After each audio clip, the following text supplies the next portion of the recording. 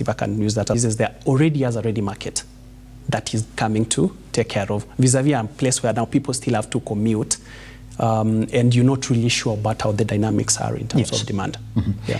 When I'm looking at the construction, or one of the things that one of the clients that the real estate sector is looking for now is this millennial who's essentially got work or it's paying good enough and they're looking to settle, start families, for example.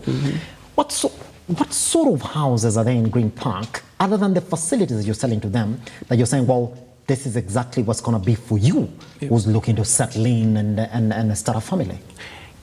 So within Green Park, we have a range of designs for a person to pick from, which takes care of a person who could be maybe at their retirement age. Within Green Park, we have a concept called Fadhili Retirement Village.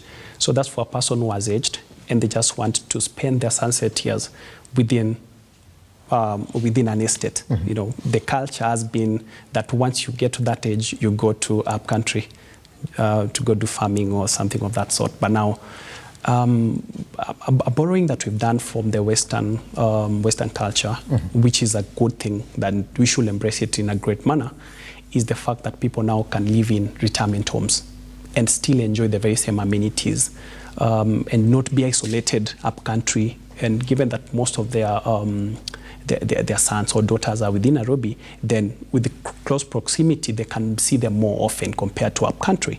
Yeah, so that is for the age of people who are at least advanced in terms of age. For the millennials, we have a design whereby it's three-bedroom maisonette with contemporary design, where of course 2-level, to ensure that we are making good use of space. So this will really attract people who are just starting off life, with a servant quarter for the house girl. And of course, with still some good garden space. Because again, as I mentioned, as superior homes, we want to associate ourselves with space. As much as we love a small unit, still you love a garden, whereby now you can be able to do some good landscaping and get that aesthetic value. Yes. Before I get into the investment avenues that somebody who's listening to might want to get into, this particular development, Clive, because I know you're not just in Nairobi, and so somebody asking you, can it be adopted elsewhere? Now, we have counties that are coming up. We have the third city in Kenya, by the way, in Nakuru, coming up as well. So people looking at it and saying, quite a good development, but are you also going to pioneer the same model outside of Nairobi? It's something that is already in place. Because other than Green Park, we are trying to replicate a Green Park sort of development at the coast at a place called Vipingo. The project name is Pazuri. So what we are doing there is that now we've tweaked the designs to such a type that they are now fitting the weather conditions over the coast of flat roofs, with still the concept of space being maintained. So the target market for Green Park and Pazuri at the coast are a bit different, because at the coast, as a Kenyan culture, we know that as our destination for holiday. So it will make sense for a person to buy a holiday home, because if I can give you some statistics, when you're going for holiday, you'll bear me witness, a better part of your expenditure is on accommodation, about 70 to 80%. Actually, it's true. Could be more. It could be more. So if you have a holiday home at the coast and then you're cutting off like 80% of your accommodation cost, then you are left with more to spend during the holiday.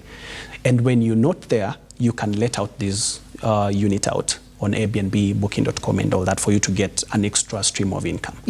So this is something that people are more and more taking up, and given the convenience that us as the developer, Superior Homes, we can take up the weight of your back of managing the unit on your behalf. Of course, you'll just pay us a bit of administration cost for the same. So that's an investment avenue that people can take up. But over and above now, holiday homes, people want to retire at the coast. People also who are living within the coastal area, living there, working there, and have businesses within the coast, and still want to have the serenity that was initially associated with areas such as Nyali and all that. Nyali right now is congested, and people are trying to move from there. So the shift is now being taken care of at the areas such as Pazuri. And of course, other players in the field who are also trying to put together such a kind of residential. This particular model here of mixed-use living, we know how the real estate sector has not been peaking. The guys who've been saying, well, we've been on a downturn maybe for the past 5 years. With the land sector, with the subsector within the sector is one that has been supporting this particular one. Do you think it's going to be a sell-off point for the real estate sector? This mixed-use living, is it going to drive up sales within the sector?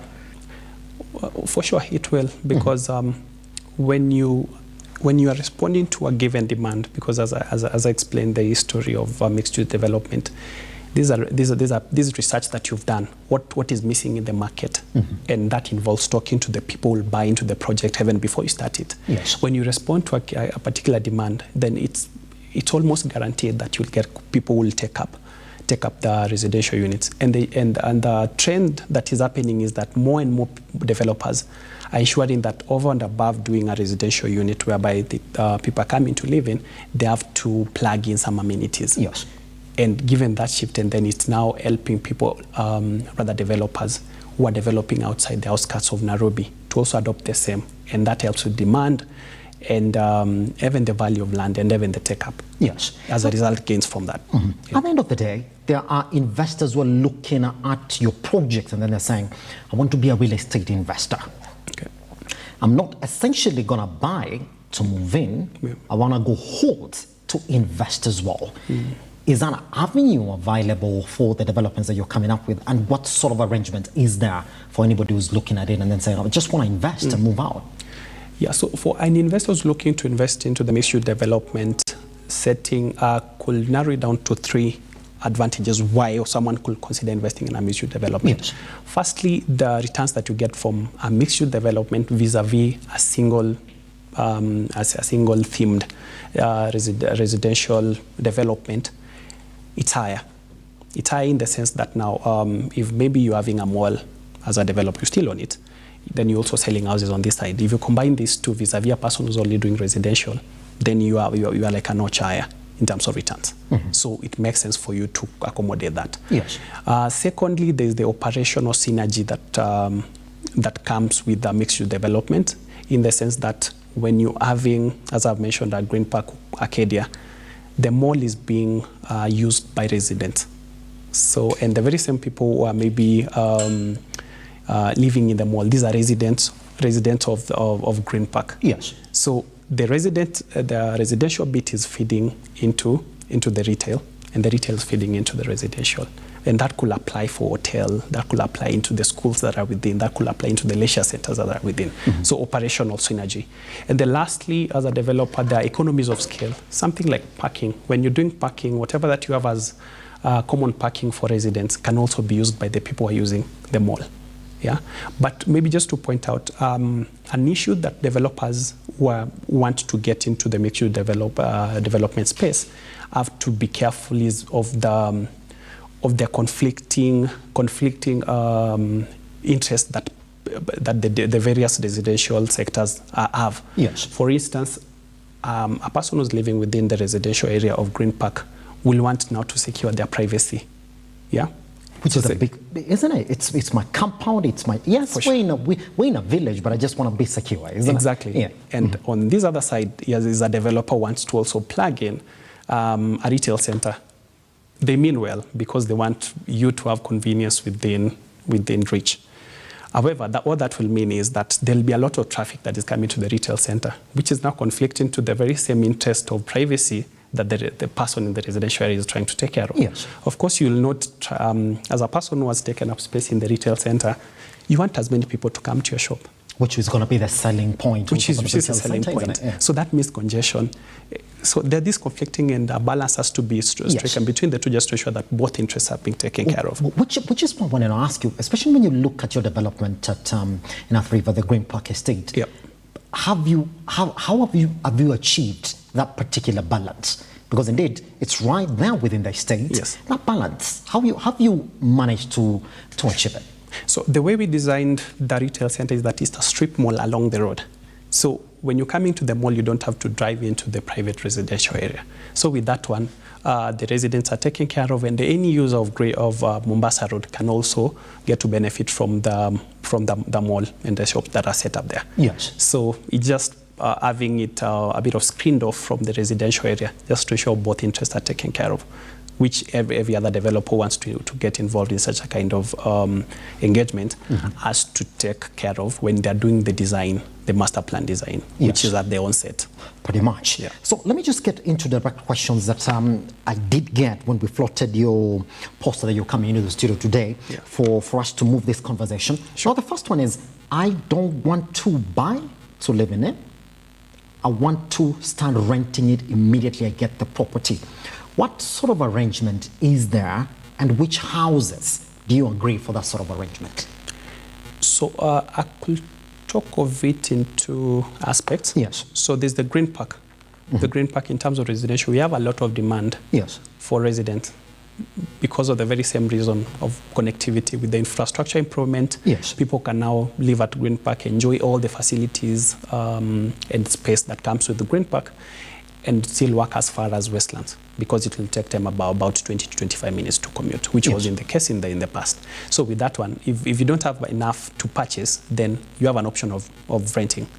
And as a house owner, when you buy, that is investment for you, because you don't have to necessarily live within Green Park. Maybe you have another home that doesn't buy you from buying at Green Park. You can buy and let it out, and the rental returns really look attractive. Yes. Yeah. When we're looking at you just said you have 2 bedrooms, isn't it? And 3 bedrooms, isn't it? We have a mix of a range of from 1 bedroom all the way to 4 bedrooms. To 4 bedrooms. Yes. Yeah. So and in terms of rental rates, it's a range of between 40 up to 150,000. Up to 150,000. Yes. Isn't it? That is for the 4 bedrooms. That's for the 4 bedroom. Yes. Yes. And when you compare it with the rates that somebody would maybe be picking outside here, you're saying that that's way higher than what somebody would be picking outside. It's way higher for a location like Athi River. Yes. For sure. Given what you're investing in terms of the sale price, vis-a-vis the purchase price rather, vis-a-vis what you're getting as the rental yield. Yes. Could be way higher, isn't it? Yeah. All right. Direct question as well. And when I'm looking into the Athi River, that's the Green Park Estate. What houses are, let me just read it again. Okay. Yes, okay, yes. This is, what houses are open for investment in terms of the available units? So for Green Park, we almost at the tail end of the construction and sales for that matter, because we are on our last phase, which is phase 6. Which means that will be it for Green Park? Once we're done. Will be 100% occupancy, and there will not be space for expansion, isn't it? Unfortunately, we've finished all the land that we had for any further expansion. How would you rate that particular performance, Clive? It's been a long way coming. Yes. Because we started Green Park back in 2008. It's been about 15 years, thereabouts, because of our approach to doing real estate. Yes. We roll it out in a very slow pace if you compare with how other people could have done it, but just to ensure that you don't go wrong. It's better to go slow and make sure everything is plugged in than having now to pace it up. Yes. And miss out on some concept that you wanted to achieve from the onset. All right. So let's get to that question then. For somebody who wants to come in and be an investor at Green Park? Yeah, so in phase 6, the only units that we have now are 3-bedroom maisonette, because that's where the most demand was. So as a developer, we saw, okay, let's take care of the demand that is remaining, given this is the only section that we have in, and given it's the last. So that to take into consideration of what the already demand was there. Because we got to a point whereby we had like a waiting list of people who are telling us, if you guys do anything, now that you've sold out, when you were sold out on phase 5, yes, what advice, what designs we could have in phase 6 was the waiting list that we had. Okay. Yeah, which is now the 3-bedroom maisonette. Yes, pretty much. Somebody is also asking, is it similar designs in Green Park Estate, or can somebody pick their own designs? It's a very interesting question, isn't it? No. For that one, of course, the designs, we try to achieve some sort of uniformity. Yes. So in each phase, isn't it? In each phase. But of course, with a few improvements from the feedback that we get from a client. Maybe a client will say, okay, just increase some space on this side. But from there, if you look at the unit that is in phase 1 and whatever that is in phase 5, which are like 15 years apart in terms of construction, they're more or less the same, but we've just increased, rather improved on a few finishing components. Yeah, but so the aim being to have some level of uniformity. However, we used to have a concept which is now sold out, whereby a person could buy a parcel of land within the estate and construct on their own. It's controlled, but now you come with your design, we review it, and then you go to the ground to do the construction. And that is completely sold out, is it? That was the part of the very first areas that were sold out. Yes. It seems like there's a lot of demand. People want to get the benefits of a gated community, but also get the leeway to tweak their design. Pretty much. Yeah. All right. This is about money. In phase 6 now, let me talk about phase 6, because then I know that's the only thing that is open. Yep. For a young investor who wants to invest with you, I don't know what they mean by a young investor, what would be your advice to them when it comes to starting out with you, that is at Superior Homes? So for a young investor who's willing to invest in Green Park, for instance, they can approach a bank, because maybe to give you a breakdown of the various payment plans that we had. Yes, actually that was my next question. One that could have worked for them, it's only that now we are not offering it for reasons that I will explain, is a rent to own. It's alternatively called tenant purchase. This is whereby instead of paying the rent that you're paying at your house, maybe you're paying 100,000, you're paying it towards now owning the house over time. Which would be a fantastic model. People have been saying that that's exactly what needs to come into the market. Very fantastic for the client, but then for the developer, it's bad news, given that we've been in it, and we've had issues that we wanted now to move away from, because that now, as a developer, puts you into the amount of administration work that goes into that is not worth it. Because now you'll be like a collector. You'll be going knocking this person, because when COVID came, people really strained. Whatever that you are paying is 100,000 now. You have a contract in place whereby you're supposed to pay 100,000 every month towards the tenant purchase program. COVID comes, and now you have to go back to the developer and tell them, okay, now I can only afford 20,000. As a developer, that prolongs the period of time now you have to be in this agreement with this person. You have to change the contracts and all that. And it was messy, for lack of a better word. Now, we decided, because this is like the developer being a mortgage financier, why can't we push that to banks and partner with banks to be able to take up now this, because that's what they know best. And for us, what we know best is construction. We concentrate on that. So for a person now wants to buy, then they can now approach banks who we've partnered with. We have quite an array of banks in our panel who are very attractive, and they give even godfathered rates for people who are buying from Superior Homes. Yes, and then now you can still have the very same program whereby the premium that you're paying towards the mortgage is equivalent to what you could have paid as rent at your current place, for someone who's looking to switch from being a renter to a house owner.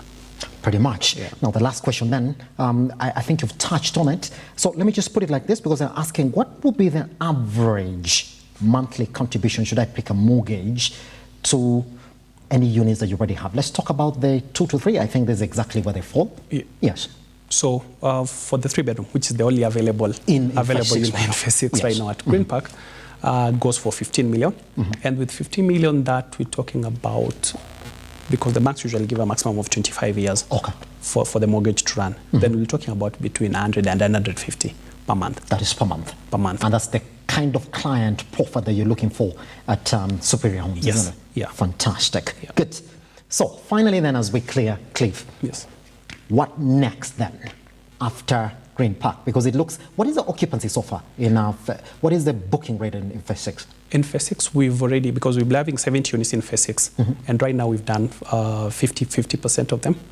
Of the sales, and these are off plan because the construction is still ongoing. So the demand was so much to the point that now people are buying off plan, and now we have a lot of pressure now to construct for those people who already bought and paid. Some of them paid 100% and just waiting for the houses to be developed. So we've done 50 of that. So we have about 35 that are remaining for booking before we call it a day for Green Park. All right. So what next after Green Park in a minute? So after Green Park, of course, it's not our last. Given of course real estate is what we do best. We are looking to launch more projects. If I can mention without much details, is that we're looking to have something in the Tigoni area, which in the next few weeks should be rolled out, and the nitty-gritty is communicated. Over and above that, across Green Park, we're having a new concept, which on the 15th, we'll be having the launch date on the 15th of December. That's in about a week's time also. Pretty much. So this is a new concept in the sense that we are now bringing into life the conservancy living, that those people could really kill to live in a conservancy. Think of living within Mara, something of that sort, where animals will just be coming and grazing just outside your your loan, something of that sort. Okay. Yes, so other than that, we are still being kept busy with the Pazuri project that we have at Vipingo. That is in Mombasa, isn't it? Yes. Yeah. Right. Yeah. Fantastic. Guess what? I'll be coming to the 15th launch for the conservancy living. That looks interesting. For sure, for you the should. Real estate sector. Maybe for details, it will be a dinner event at Radisson Blue. I'll be there. Cliff, thank you very much for coming by, man. Thank you. This was fantastic. Now, really talking about understanding why mixed-use living would be the magic bullet to the real estate sector. Thank you very much for watching. My name is Simba Elijah Charles. Can I get all those questions and conversations? Take them online at Lookuptv across all your social media platforms. I hope I sampled all your questions today. Good afternoon.